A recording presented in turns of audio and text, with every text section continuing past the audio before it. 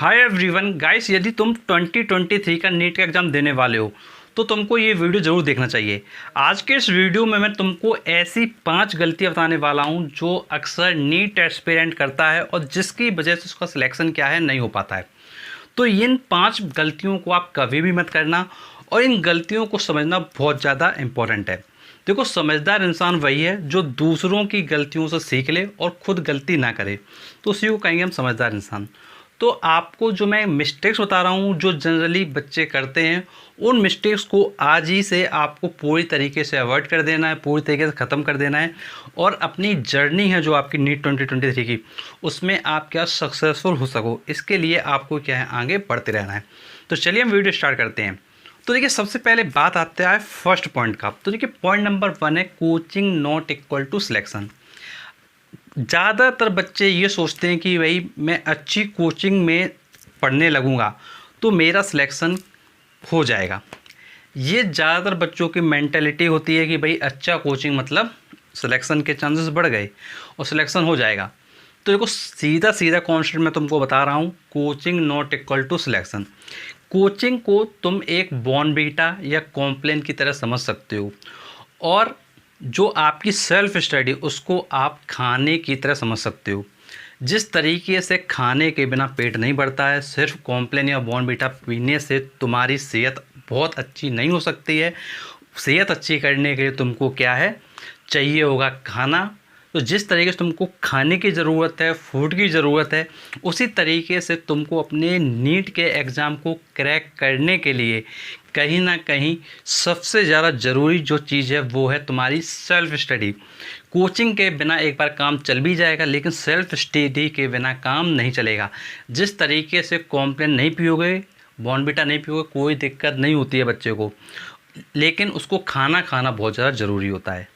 तो सेम उसी तरीके से ध्यान रखना कि भाई सेल्फ स्टडी बहुत ज़्यादा ज़रूरी है। भले ही एक बार कोचिंग में आप थोड़ा कम भी पढ़ो, कोई दिक्कत नहीं। सेल्फ स्टडी जितनी ज़्यादा करोगे और कोचिंग से भी चीज़ें सीखोगे तो डेफिनेटली आप एक स्टेप टुवर्ड्स होंगे अपने नीट एग्ज़ाम के लिए। तो ध्यान रखेंगे, coaching not equal to selection, selection equal to your self study plus your coaching. तो ये चीज़ बहुत अच्छे से आपके ध्यान रखिएगा। तो ये मिस्टेक आप बिल्कुल मत करिएगा, ये बिल्कुल बैठ के मत बैठिएगा कि भैया जो है कोचिंग पढ़ने लगे तो सिलेक्शन हो जाएगा। ये अपने माइंड से बिल्कुल क्या है निकाल दो। अब देखो, सेकंड पॉइंटर तुम्हारा वो है, तुमको ये चीज़ समझना होगा कि तुम ये जो एग्ज़ाम दे रहे हो ये कोई बोर्ड एग्ज़ाम नहीं है, ये तुम्हारा कम्पिटिटिव एग्ज़ाम है। और कम्पिटिटिव एग्ज़ाम का मतलब होता है, जैसे सपोज करो 2 बच्चे हैं, ये सपोज करो 2 बच्चे हैं। अब 2 बच्चे जो हैं दोनों पढ़ाई कर रहे हैं। अब इनमें से जो बच्चा अच्छा होगा उसको पहली प्रेफरेंस दी जाएगी।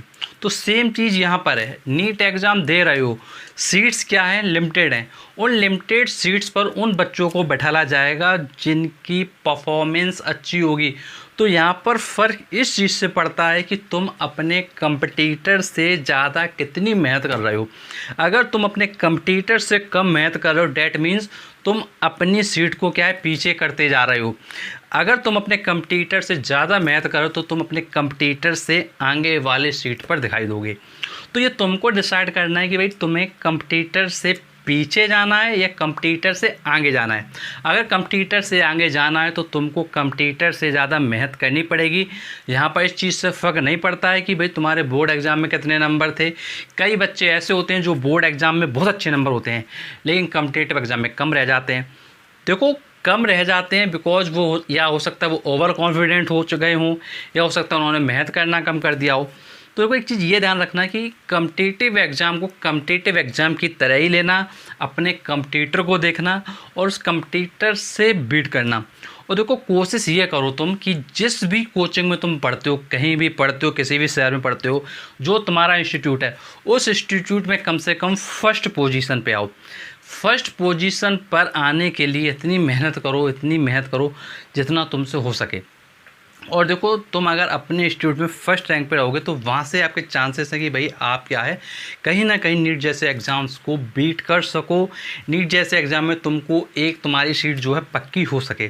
तो ध्यान रखना, अपने कंपटीटर से आगे निकलना ही कंपटीशन है और अगर तुम अपने कंपटीटर से आगे निकल जाओगे डैट मीन्स तुम्हारा सिलेक्शन हो गया। अब इसके बाद देखो बेटा थर्ड पॉइंट है, वो है तुम्हारा सिलेबस। देखो बच्चे क्या करते हैं, अक्सर कोचिंग जाते हैं, कोचिंग में जो पढ़ाया, फिजिक्स में जो पढ़ाया वो पढ़ लिया, जो केमिस्ट्री में पढ़ाया वो पढ़ लिया, जो बायो में पढ़ाया वो पढ़ लिया। लेकिन क्या तुम कभी ये मैच करते हो कि भाई क्या वास्तव में मेरा फुल सिलेबस मुझे पढ़ा दिया गया कि नहीं? बहुत ही कम बच्चे ऐसे होते हैं जो ये चीज़ चेक करते हैं।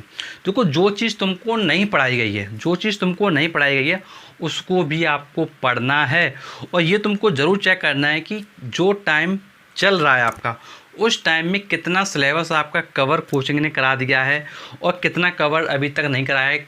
क्या जिस स्पीड से कोचिंग चल रहा है, क्या उस स्पीड से सिलेबस पूरे साल में टाइम टू टाइम हो पाएगा कि नहीं?